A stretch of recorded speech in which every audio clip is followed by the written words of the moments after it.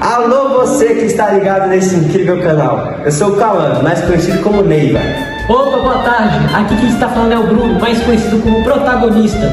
Então, hoje a gente vai falar de um termo que é muito relevante a gente aprender na nossa atualidade, que trata-se basicamente do romantismo em sua primeira geração.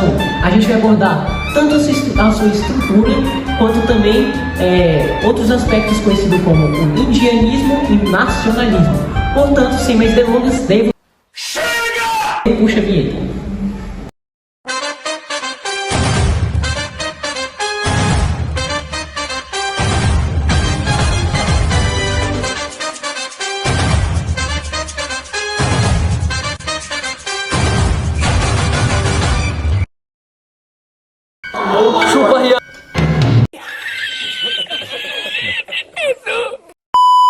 Bom, vale ressaltar que o romantismo ele teve início na Europa por aproximadamente um século, cujo se estendeu de 1750 a 1850.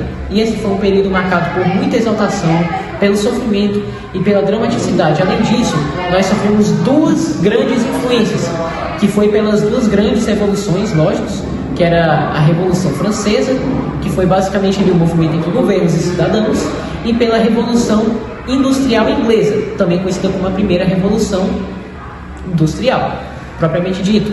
Até porque se é industrial, vai ter toda a evolução ali na indústria, na tecnologia e máquinas, em geral, né? Bom, no Brasil, infelizmente, não tivemos a Idade Média. Que merda, sabia não? Ela teve só na Europa, até por causa que no início do vídeo a gente já falou que o romantismo deu início lá na Europa, então basicamente a Idade Média também vai estar lá. Tá, mas vocês estão perguntando, ô protagonista, mas se teve Idade Média lá na Europa e aqui no Brasil não teve, quem vivia aqui? Bom, é óbvio, quem vivia aqui eram os indígenas, tanto que eles foram considerados pelos europeus como o herói da nossa nacionalidade. Eu entendi a referência. Que aí a gente vai entrar na parte já dos contextos de indianismo, que a gente vai falar um pouco mais pra frente deste vídeo. Bom, mas basicamente, os indígenas eles foram considerados como bom selvagem e foi criada a imagem e semelhança do cavaleiro medieval. Ainda bem. Até um outro dia. E, além disso, ele foi um termo muito importante para o romantismo, até porque ele estava não só ligado ao romantismo em geral, nesse texto literário, mas estava ligado à natureza, à religiosidade, tanto que eles foram até catequizados pelos jesuítas. Um dos mais principais, importantes e mais conhecido dentre eles ali era José de Anchieta, que ele era simbolicamente respeitado ali pelos indígenas. Vamos explorar agora algumas características do romantismo brasileiro e da primeira geração do romantismo. Tivemos o individualismo e o subjetivismo. Os autores expressam suas emoções e experiências pessoais, refletindo a subjetividade e a busca pelo eu lírico. Também temos o naturalismo ou a idealização da natureza. Nela, a natureza é um refúgio e um espelho dos sentimentos, exaltando a beleza das paisagens brasileiras. Também temos a exaltação do amor. O amor é uma temática central no romantismo, frequentemente idealizado e trágico, refletindo paixões intensas. Uma das mais importantes características é o nacionalismo. Aqui é o Brasil! E a identidade nacional. Nele, nós tivemos que o romantismo é profundamente nacionalista, buscando construir uma literatura que dialogue com a identidade brasileira. Também temos outra característica importantíssima, que é o indianismo. Uma subcorrente importante que valoriza o índio como símbolo da identidade nacional. Gonçalves Dias, um dos principais autores do romantismo, em sua obra chamada Ijuca Pirama, retrata o índio como um herói ligado à natureza, o bom selvagem. Também temos outras características que são as temáticas sociais.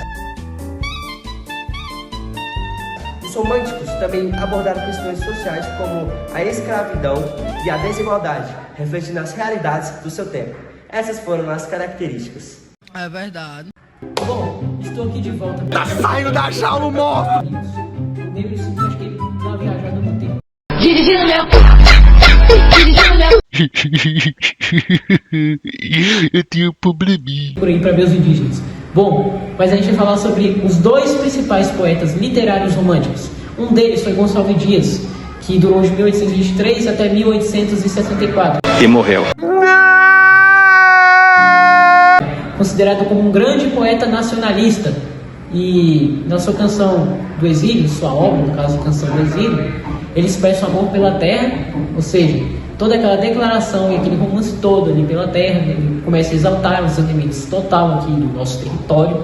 E também em a sua outra obra, que o Neve tinha acabado de falar, que é Ijuca Pirama, cujo ele passa a identificar o indígena como o herói da nossa nacionalidade, ou seja, símbolo de identidade nacional. Também tivemos um outro escritor romântico que foi muito importante, um poeta romântico, que foi Gonçalves de Magalhães, quer dizer, que durou de 1811 até 1882. Faleceu.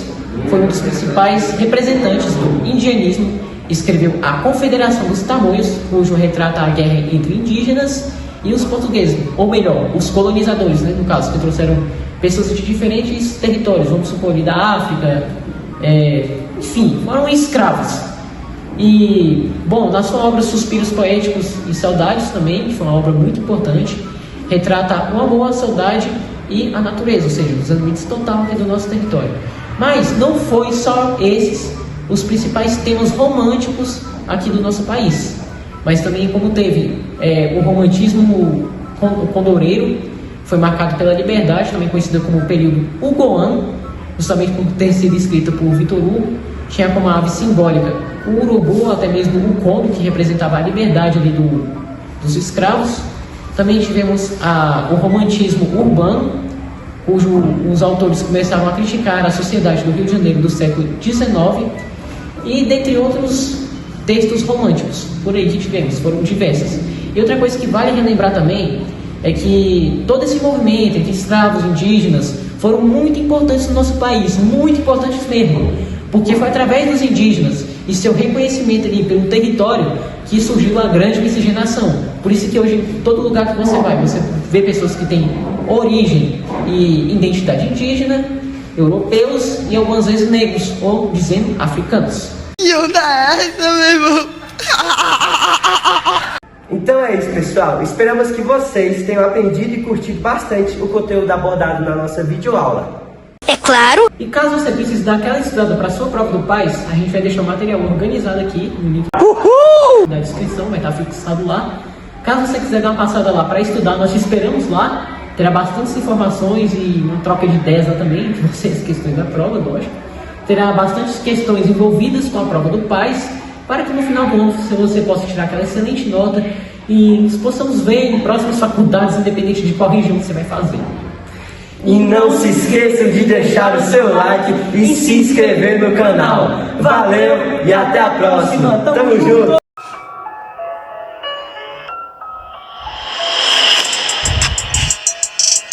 Straight up. 21.